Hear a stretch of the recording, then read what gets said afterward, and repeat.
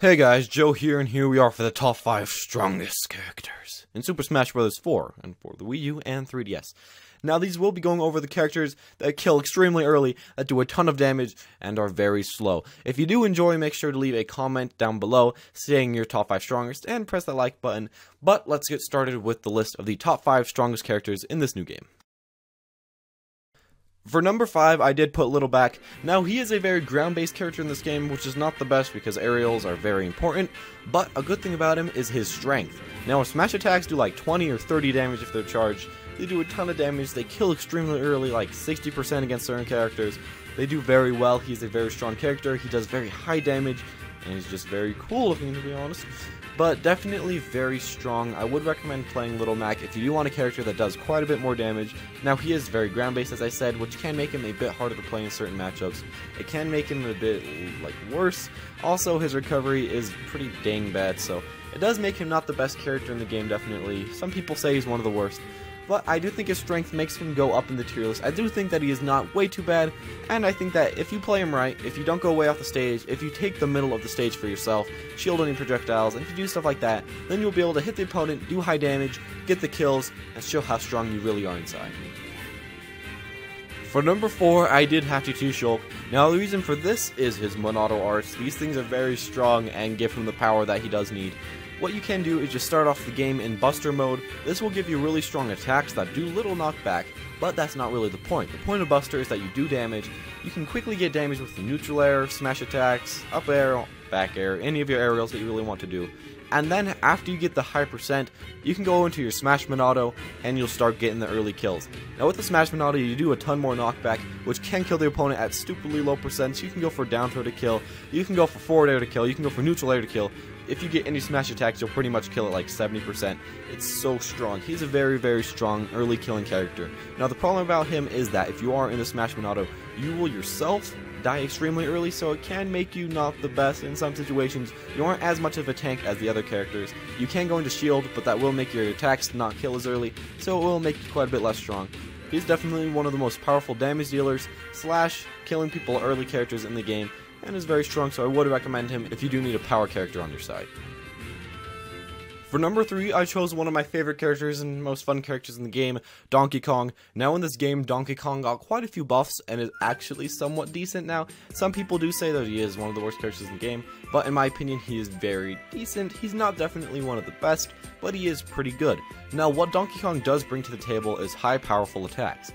Some of these include his back air, which you can do 2 off of a short hop, letting you deal about 20 damage, which does a ton early game. You can keep using these, this move will kill, and this move will be able to combo into other moves. The other good thing about Donkey Kong that I think makes him very strong in my opinion, is that most of his moves actually spike. Now this is very weird because compared to other characters, they usually only have 1 or 2, but Donkey Kong is like 4 or 5. He has a lot of spikes, so he does rely on those a lot, which can make him a bit worse in certain situations, like versus a pit or versus someone with a good recovery. But against somebody with a bad recovery, it does make him very good early game. He can throw the person off the cliff and then they're dead. But yeah, against people with good recoveries, he is not the best because his main way of killing is to throw them off the cliff and then kill them. All of his smash attacks do high percent and they do kill early. His tilts are pretty strong. Also his down B is pretty strong, and his up B, they can both hit the opponent, do a lot of damage.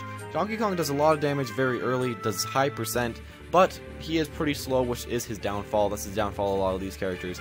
If you can get past that though, you will be able to get early kills, early percent, and be able to kill the opponent pretty fast. For number 2, I picked the man, the myth, the legend, the Dark Lord Ganondorf. Now, Ganondorf is very good in this game. He is pretty strong, pretty powerful. He is not as good as in Project M or as in Melee, but he does have some stuff going for him.